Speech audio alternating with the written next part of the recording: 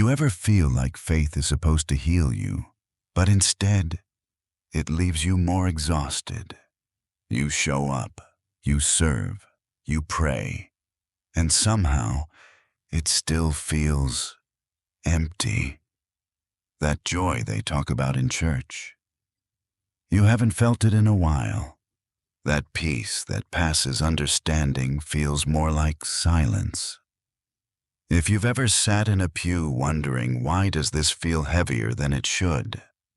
You're not alone. Today, we're talking about something real. Spiritual burnout. When faith hurts more than it heals, yeah. Let's go there. There's a kind of exhaustion we don't talk about enough. It's not from your job, not from your family, it's from your soul. The kind that creeps in after years of serving, years of trying to be spiritual enough, years of giving and never feeling filled. You pray, but it feels like the heavens are closed. You worship, but your heart's not in it. You keep showing up, but something inside you is shutting down. And deep down, you wonder, is this what faith is supposed to feel like? Spiritual burnout is real, and it hurts. But more than that, it confuses you, because faith is supposed to heal you, right? So, what happens when it starts to hurt instead?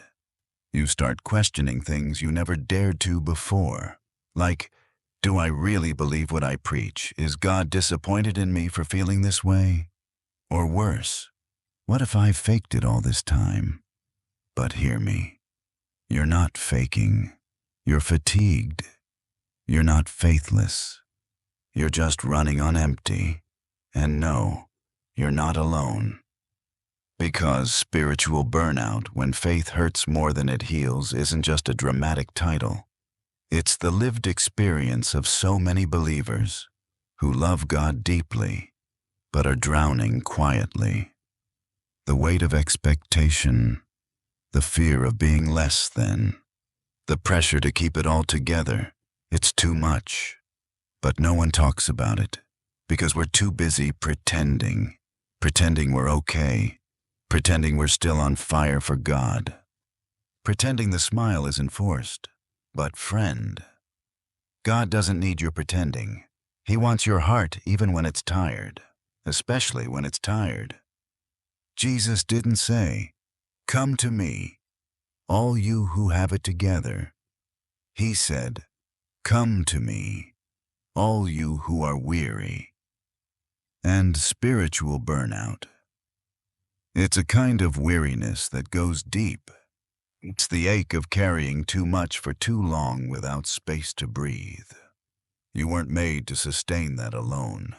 Somewhere along the way, we started measuring spiritual maturity by how busy we are for God. More ministries, more service, more yes and less rest. We confuse output with intimacy, but busyness isn't always holiness, and exhaustion doesn't equal devotion. Even Jesus withdrew. He said no to the crowds. He went to quiet places. But we don't. We fill every gap with doing until we collapse inside. You can't pour from an empty cup, and faith doesn't flourish in fatigue. God never called you to burn out in His name. Here's the truth no one says out loud. Sometimes faith hurts, not because God is cruel, but because we've twisted faith into pressure. Pressure to never doubt. Pressure to never rest. Pressure to smile when we're breaking. And when church becomes a place where we perform, not a place where we're safe, burnout happens. And it's not your fault. You weren't meant to carry the weight of proving your worth to God. Jesus already proved your worth. On the cross, He's not asking for your perfection. He's inviting your presence. Your honest, tired, worn-out presence. And that is enough. So how do we heal? How do we recover from spiritual burnout? We stop pretending. We start telling the truth. We admit I'm not okay. We get honest with God and with ourselves. We let go of the need to be impressive. We return to being present. Sometimes the holiest thing you can do is take a nap. Sometimes the most sacred act is to say no. You don't need to save the world. That job is taken. God is not glorified by your exhaustion.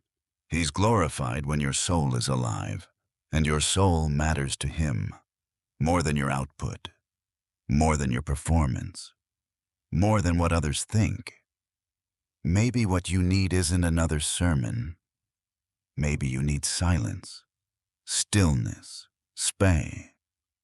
Maybe what you need is grace, the kind that says rest is holy too. The kind of grace Jesus showed Martha when she was working, worrying, doing. Didn't scold her. He simply said, "Mary has chosen what is better." Mary sat. She didn't strive. She didn't hustle. She was just with Him. That's what you need too. Not more striving, but more sitting. Not more pressure, but more presence. His presence. Faith was never meant to be a burden. It was meant to be a bond, a relationship, not a religious checklist. You're allowed to rest. You're allowed to question. You're allowed to not have it all together. And guess what? God is still with you, still loving you, still pursuing you. Even when you skip devotionals, even when your prayers are whispers, even when church feels hard. He's not measuring your faithfulness by your schedule. He sees your heart, and He says, "Come as you are, not come once you've fixed it." There is no shame in being tired. There is no shame in stepping back. You don't have to keep pretending you're strong when you're breaking. You don't have to fake joy to belong in God's family. You belong because He said so. Not because of what you do, but because of who you are. And even now, in the middle of your burnout, God isn't disappointed. He's drawing near, closer than your weariness, closer than your silence, closer than the ache behind your eyes. He's still here, and He's not going anywhere. So maybe today, it's time to let go of guilt, let go of shame, let go of the need to prove anything, and instead breathe. Let grace catch you. Let Jesus remind you that His yoke is easy and His burden is light. That's not a metaphor.